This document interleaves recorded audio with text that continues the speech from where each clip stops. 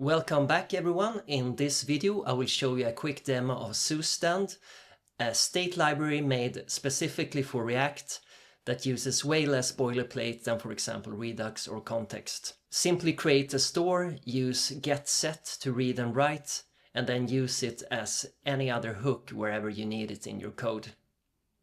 Zustand uses selector-based subscription, so a component only re-renders when the specific state it uses changes. No need to wrap the app in providers or use dispatch or reducers. All in all, making it one of my favorite state libraries for React at the moment. For this example, we will be creating a store in Zustand where we store these recently viewed videos. So whenever a user visits one of these videos, it will be added to the recently viewed store and shown here. I will also show you how to persist this store using a middleware called Persist. A good convention is to create a folder called stores with all your Zustand stores and then the name of the store like so. So the first thing we want to do, of course, is to import the Zustand create function, which is what we use to set up a store. This is a React hook, and React hooks are always prefixed with use, so we will use that as well here, and I will simply call it use recently viewed.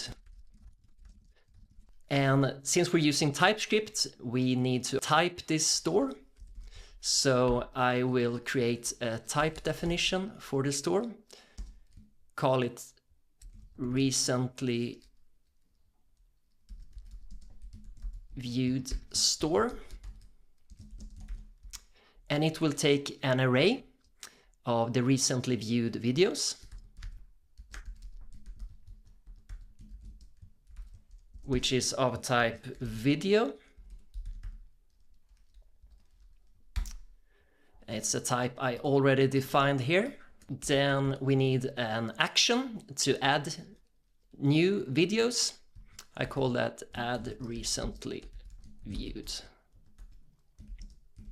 It takes the video as parameter and doesn't return anything, so we use void there. And then we use that type declaration here. And then the create method takes a callback with the set and get parameters from Zustand and returns this object, which is the state of the store. And then we, of course, have the recently viewed array and the action, which takes the video as its parameter and then updates the state. And we want to, of course, update the recently viewed array, and it will take the video, and then we want to spread into the existing state. So we will get the whole store from get, and we can spread into it like so. And then we, of course, also need to export this so we can use it. And now we, of course, want to consume this recently viewed in our components. So let's replace this mock data with the actual store. So let's import our store and switch this out for our hook. And since it's selector based, we will pass a selector here with the state that returns this specific piece of the state that we want to consume, which is the recently viewed array. This selector based approach makes it very efficient because we're only subscribing to this specific property of the store, hence only re-rendering this component when this piece of the store changes. For now, we're only subscribing and we are not updating anything yet. So let's now create the logic for adding videos to the recently viewed store. So let's now once again import the hook here. and use the hook here like so. And this time we want to get the method, the action. We want to return the action from the hook. And this action will be run inside of a use effect anytime that the users are visiting the video.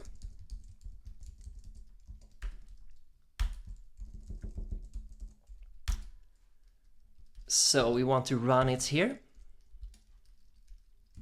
and pass it the video, and also add the correct dependencies like so. Let's now test this out and see how it works. So let's visit this basketball video and go back, and we can see that we are adding videos to our store, but they are duplicated, and we get a warning here as well: encounter 2 children with the same key. Why is this happening? It's because of strict mode, which Next.js defaults to. In React strict mode, we are running effects twice to catch bugs early. I will use a method called deduplication here to avoid any duplicated entries, which is a good practice regardless of React strict mode to avoid duplicated entries. So I will use .filter here to filter out any duplicates. We'll pass the video here and check basically if the video already exists, then we will filter it out by ID. So if we go back here and try again, we only have one video added to the state, just as it's supposed to. Let's add a few more here. If I add more, you can see the list goes on and on. We can also limit this a bit by using slice here, and only takes the last 4 ones. This makes it a little bit cleaner and no need to have more than 4. That's it so far. It's very simple to implement. So now we're adding videos to our store, but if we reload the page, they are gone. So let's now add persistence using Zustand middle layer persist. I will show you how simple this is. If we check the documentation here, we can go to middleware's persist and scroll down a bit. We can see how they implement it here.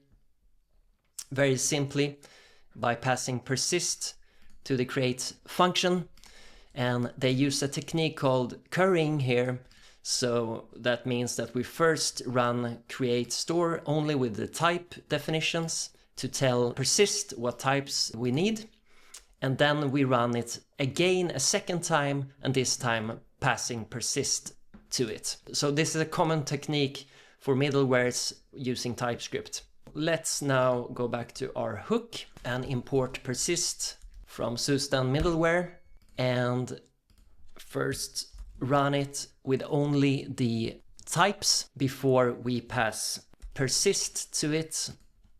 And I will wrap all of this code like so.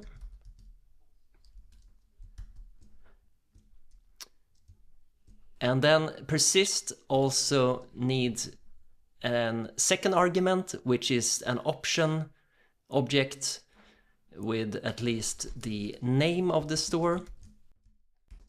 Okay. It will be used as the key in local storage. Let's now go back to the application and test this out with persist this time. So now you can see that I am refreshing the page and our recently viewed items are still there. This is how simple it is to set up a Zustand store. For bigger apps, you can have multiple stores, which makes it way easier to organize things in a nice way. I use Zustand when I need shared state that changes often and I want to avoid context and the re-renders that comes with it. For further deep dives, I recommend checking out Zustand docs, which are super great. Thanks so much for watching and see you in the next one.